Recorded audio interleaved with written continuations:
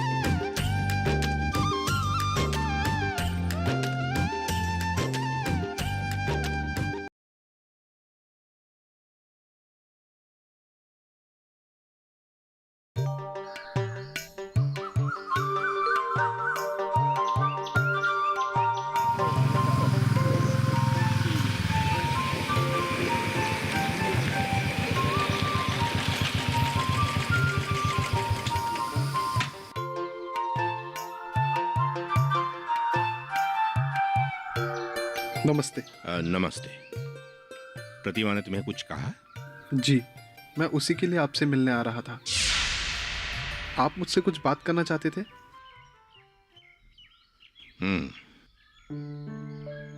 तुम्हारे माँ से बात करने से पहले मैं तुम्हारे मुंह से सुनना चाहता हूँ।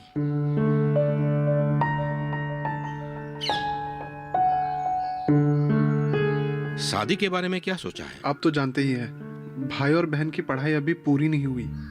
दोनों को हॉस्टल में रखकर मैं ही पढ़ा रहा हूँ। ये बात प्रतिमा भी जानती है। यही बात तुम्हारे मुंह से सुनना चाहता था। ठीक है, ये सब बातें यहां नहीं करेंगे। शाम को तुम घर आ जाना। जी। और तुम लोगों से मैं बाद में बात करूंगा। जी मालिक। चलो।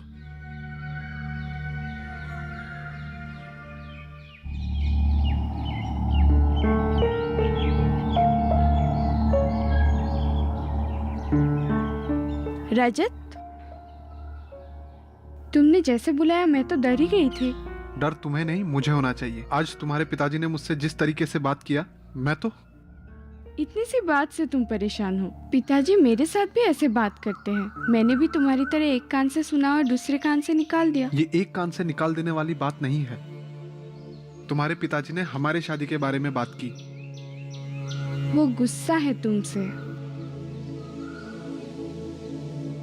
वजह तो तुम जानते ही होगे, क्योंकि पिताजी हमारे गांव के सबसे अमीर आदमी हैं। उनके दया से ही पूरा गांव चलता है। अब अगर अचानक तुम आकर सब कुछ इधर उधर कर दोगे तो उन्हें तो गुस्सा आएगा ही। और तो और उनकी इकलौती बेटी भी तुम्हारा साथ दे रही है। उनका होने वाला दामाद और लाडली बेटी आज उनके खिलाफ कदम उठा रही है, तो हम दोनों को तो वो आसानी से नहीं लेंगे ना। हमने उनके खिलाफ कोई कदम नहीं उठाया। असल में तुम बहुत ही बड़े बेवकूफ हो। ऐसा लगता है कि तुम सारी बातें जानते हो लेकिन कुछ नहीं जानते हो। इतने सालों में तुम मेरे पिताजी को समझ ही नहीं पाए। सब समझ गया। गांव के लोगों को मैंने सिर्फ सरकारी योजनाओं के बारे में बताया। तुम्हारे पिताजी के खिलाफ तो मैंने कुछ कहा ही नहीं। बेवकूफ, वो बात नहीं है। बस इतनी सी बात तुम समझ नहीं पा रहे हो। गांव के लोग अगर आत्मनिर्भर हो जाएंगे तो मेरे पिताजी की क्या अहमियत रह जाएगी गांव में। और कल अगर ये लोग समस्या में पड़े तो पिताजी के पास क्यों आएंगे? पिताजी को खेत में काम करने के लिए लोग नहीं मिल रहे हैं। सब अपने अपने आत्मसहायक गोट में व्यस्त है। और अगर ऐसे सब व्यस्त रहेंगे तो कल पिताजी के घर के काम करने के लिए कौन आएंगे? वो ऐसा कैसे सोच सकते हैं? अगर मैं नहीं होता, एक ना एक दिन कोई दूसरा आके उन्हें ये सब बात बताता। लेकिन तुम हमारे घर के होने वाले दामाद हो। इसका मतलब मुझे एक आदमी के स्वार्थ के लिए पूरे गांव के स्वार्थ को नजरअंदाज करना पड़ेगा। ऐसा तो मैंने नहीं बोला। पर तुम्हारे पिताजी ने तो कहा। क्योंकि वो इस गांव के जमींदार हैं। जो भी हो, मुझे ये बात अच्छी नहीं लगी। कहाँ जा रहे हो? रजत सुनो तो, तुम कहाँ जा रहे हो? रजत कहाँ जा रहे हो? पता नहीं। रजत! रजत! रजत!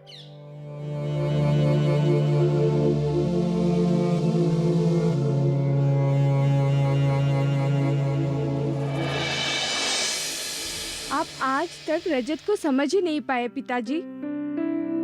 आपको क्या जरूरत थी उसको ये सब बोलने की? उसे मैंने अभी तक कुछ कहा ही नहीं, और जिस दिन कहूंगा उस दिन से उसे मेरी सारी बातें सीधे सीधे माननी पड़ेगी, नहीं तो इस घर के साथ इसका कोई रिश्ता नहीं रहेगा। ये सब आप क्या कह रहे हैं पिताजी? तुम ये मत सोचना मेरी इकलौती बेटी होने के कारण तुम्हारे हर बात में मान लूं। आप भी मत भूलिए पिताजी, आपको तकलीफ ना हो इसलिए एमए पास करने के बाद भी मैं घर पे बैठी हुई हूँ। एक नौकरी ढूंढ के मैं भी कहीं जा सकती थी। तो उसके लिए मुझे तुम्हारे सामने हाथ जोड़ कर रहना पड़ेगा?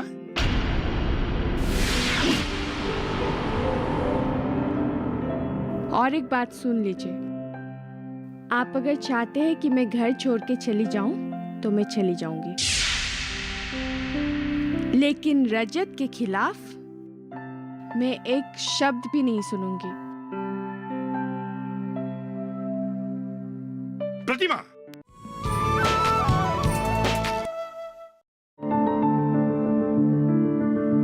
फसल में कीट लगा हो या कोई बीमारी, पशुपालन में हो कोई दिक्कत या चाहिए कोई जानकारी, फोन उठाएं, नंबर मिलाएं और कहें हेलो किसान। हेलो किसान, हेलो किसान, हेलो किसान। सोमवार, बुधवार और शुक्रवार शाम 6 से 7 बजे सिर्फ डीडी किसान पर।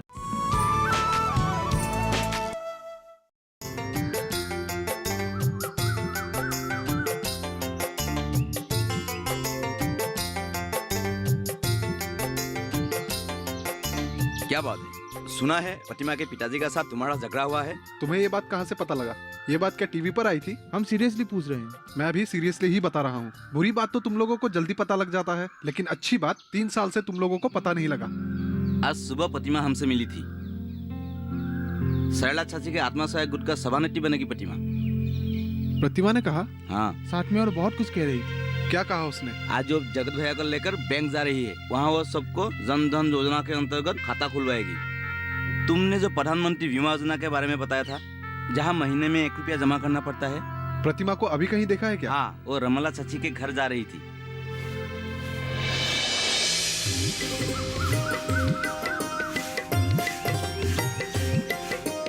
भाभी, रमता भाभी।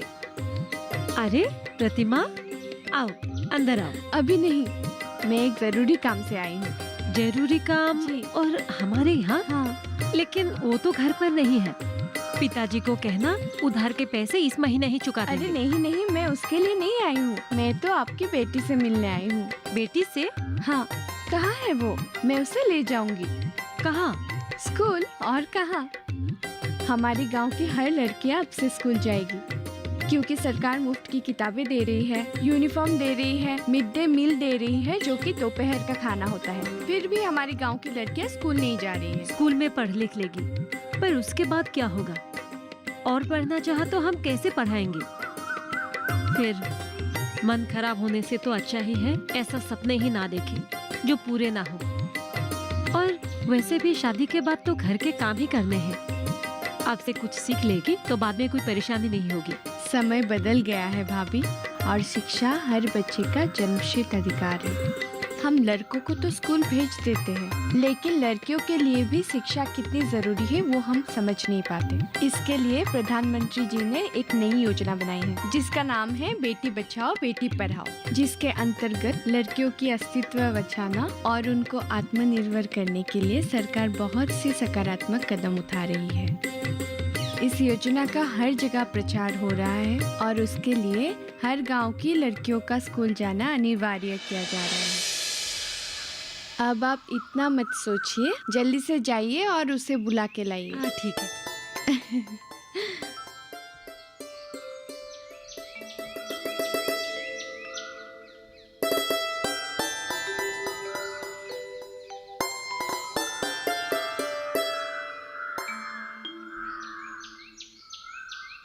प्रतिमा, तुम यहाँ? मैं तुम्हें कब से गांव में ढूंढ रहा हूँ। क्यों? तुम गांव में ये सब? हाँ, गांव तो सिर्फ तुम्हारा है ना? अच्छा,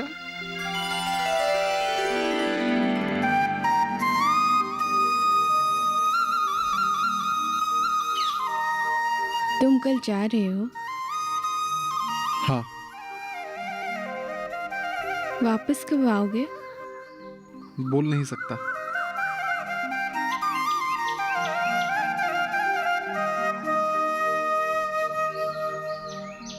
क्या देख रहे हो? तुम कुछ दिनों से बदल गई हो। ट्रेनिंग किसकी है? गांव के सभी लोगों के मुंह में सिर्फ तुम्हारा ही नाम है। मेरे माँ का सर तो गर्व से ऊंचा हो गया है। क्यों? तुम्हें नहीं पता? माँ तो तुम्हें आज ही बहू बनाकर घर लाना चाहती है। और तुम? वो तो तुम्हारे पिताजी जाने। पिताजी को देर से ही सही, लेकिन समझ में तो आ गया। गांव में ये जो प्रगति की लहर आई है, इसको वो नहीं रोक सकते हैं।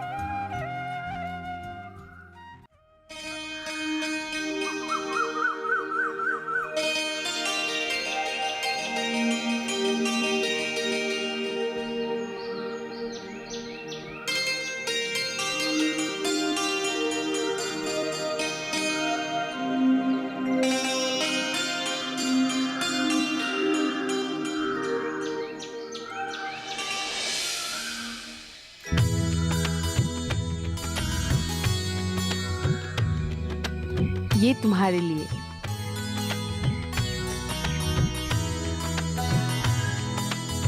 तुमने सिर्फ मेरी बेटी का ही नहीं बल्कि पूरे गांव का उद्धार किया है। इस साल में बुने हमारे आत्मसहायक गोद का पहला गमछा है जो मैं तुम्हें दे रही हूँ। मुझे पता है आप लोग एक दिन इस गांव का नाम रोशन करेंगे। मेरे जाने के बाद अगर आपको कोई भी परेशानी हो तो आप प्रतिमा से कह देना, वो आपकी मदद करेगी। आपकी बेटी कहाँ गई? जरा उससे मिलके जाऊं। इस समय गांव का कोई भी बच्चा अपने घर में नहीं मिलेगा, सब स्कूल जा चुके हैं। आज प्रतिमा के कारण गांव का हर बच्चा स्कूल जा रहा है। अच्छा भाभी, अभी मैं चलता हूँ। हाँ ठीक है।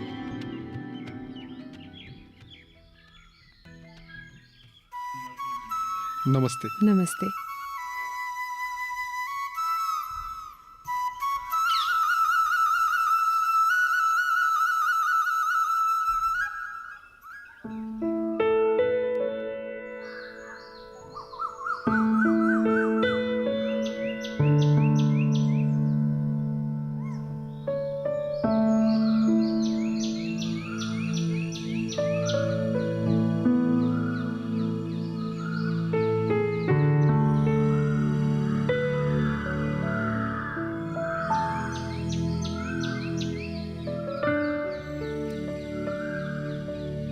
क्या हुआ? कुछ नहीं। अच्छा, पहुंचते ही कॉल कर देना। और गाड़ी धीरे धीरे चलाना। और कोई उपदेश? गांव की चिंता मत करना, गांव में मैं हूँ और राजू नीरेन भी मेरे साथ है। गांव के सारे लोग अभी एक साथ मिलकर काम कर रहे हैं। अगली बार जब आओगे पूरा गांव बदला हुआ देखोगे। जरूर। अभी मैं चलता हूँ। तुम अपना ख्याल रखना।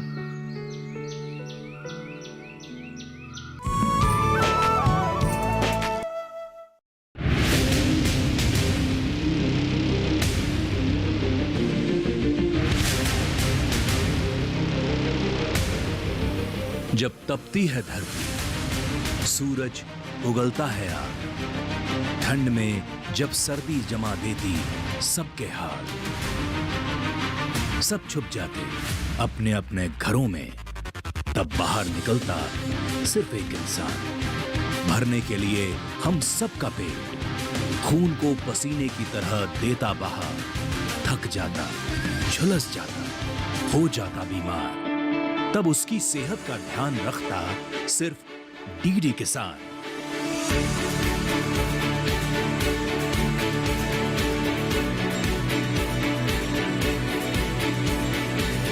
देखिए स्वस्थ किसान शनिवार शाम 6 बजे लाइव सिर्फ दूरदर्शन किसान चैनल पर।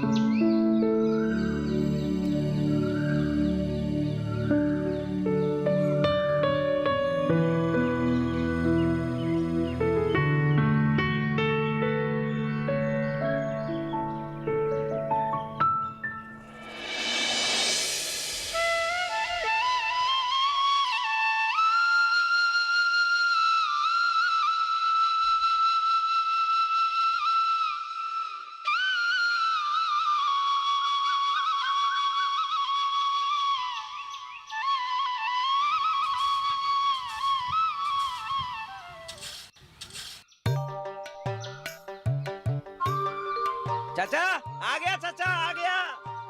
अरे क्या आ गया? हमारे गांव के 7 लोगों का नाम लिस्ट पे आ गया। हाँ? कार्य दक्षता प्रशिक्षण के लिए 7 लोगों का नाम चयन किया गया है। बढ़िया है। अरे जाओ जाओ गांव में खबर दो। हाँ, गांव में खबर दे के आते हैं चाचा जी।